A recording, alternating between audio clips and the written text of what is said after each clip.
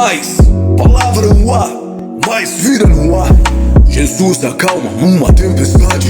Aconteceu que num daqueles dias entrou ele num barco em companhia dos seus discípulos e disse-lhes: passemos para outra margem do lago. E partiram.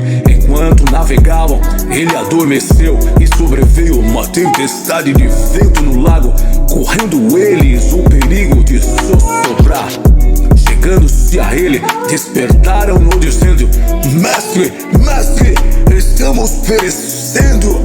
Despertando-se Jesus, repreendeu o vento e a fúria da água.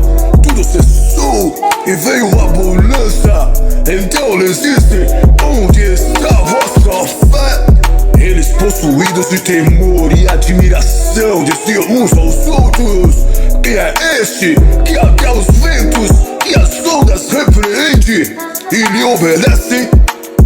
As ondas obedecem, as águas obedecem, tudo obedece o senhorio de Jesus.